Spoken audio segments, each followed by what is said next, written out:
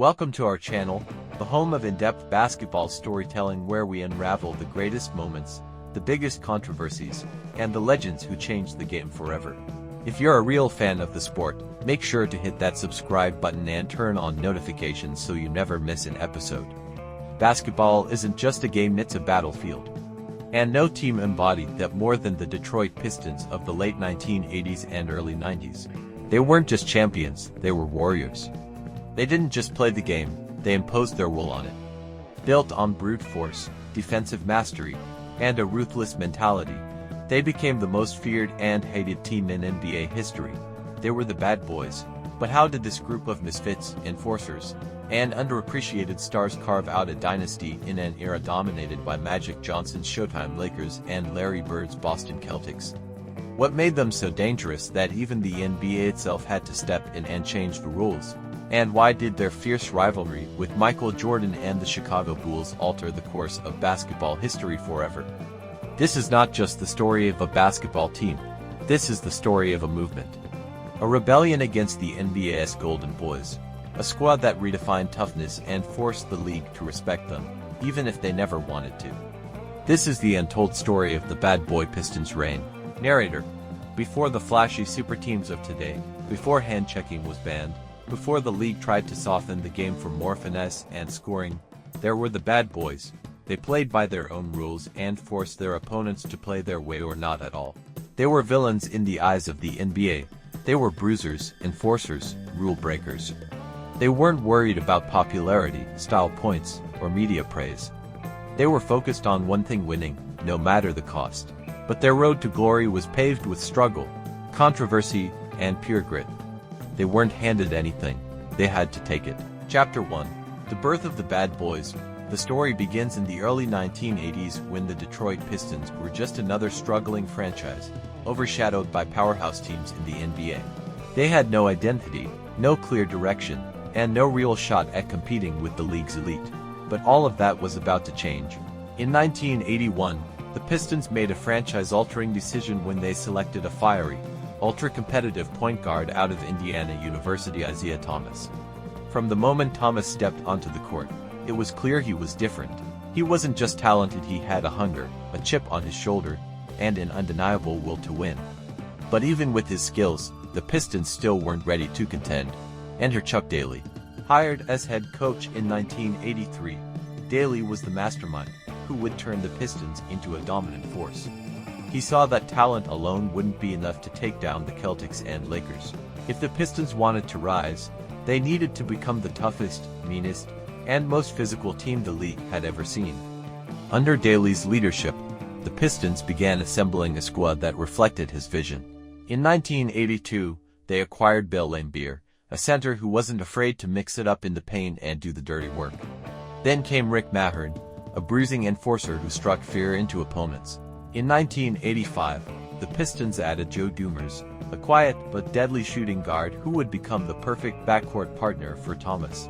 By 1986, they brought in a wild card, the relentless, high-energy rebounding machine Dennis Rodman. These weren't just good players, they were fighters, warriors who thrived on physicality and intimidation. The Pistons now had the core of what would become one of the most notorious teams in NBA history. But their transformation into the bad boys wasn't complete just yet. As the team began to take shape, Chuck Daly implemented a defensive-first philosophy that would become their trademark. The Pistons wouldn't rely on finesse or flashy plays, they would wear you down.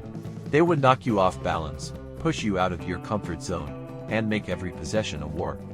This wasn't just basketball, it was psychological warfare. The league had never seen a team like this before, and not everyone was ready for it. Chapter 2. Battling the Celtics.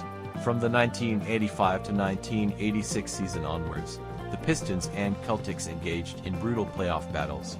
These weren't just games, they were full-fledged wars. The Celtics' finesse and shooting ability met the Pistons' physicality and defense head-on. Each game was more violent than the last, as the Pistons relentlessly attacked Bird, McHale, and Parrish, forcing them to endure hits that many other teams wouldn't dare dish out. But the Celtics weren't backing down, and the rivalry quickly became one of the most intense in NBA history. It wasn't until the 1987 Eastern Conference Finals that the Pistons would finally rise above their rivals. After an epic 7-game series, Detroit came out on top, marking a crucial turning point in their ascent to the NBA's elite. That victory over the Celtics solidified the Pistons' identity as a team that could not only compete with the best but beat them. Chapter 3: The Jordan Rules and Bulls Rivalry. Just as the Pistons were establishing themselves, a new force was rising: the Chicago Bulls, led by a young Michael Jordan. The Pistons knew they had to neutralize Jordan if they wanted to win championships. This led to the infamous Jordan Rules, a defensive strategy designed to physically punish Jordan every time he drove to the basket. The results? Detroit dominated the Bulls in the playoffs, eliminating them in 1988, 1989, and 1990. Their physical play frustrated Jordan and forced him to adapt his game. But this bruising style also made the Pistons the most hated team in the league. Chapter 4: Championship Glory. After years of heartbreak, the Pistons finally reached the NBA Finals in 1988 against the Showtime Lakers. Led by Magic Johnson and Kareem Abdul-Jabbar, the Lakers were the heavy favorites.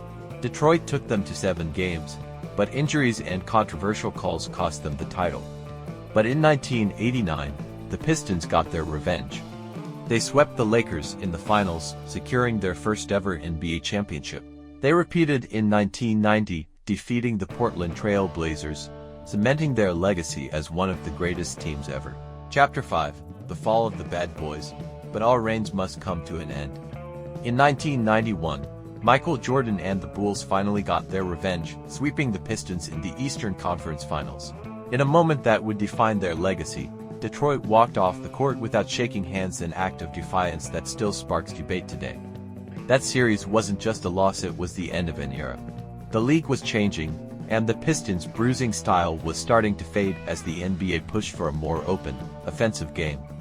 The torch had been passed to Michael Jordan's Bulls, who would go on to dominate the 1990s. One by one, the pillars of the Bad Boys crumbled. Rick Mahorn was lost in the expansion draft. Chuck Daly, the architect of their success, stepped down as head coach in 1992. Dennis Rodman, struggling with personal issues, was traded in 1993.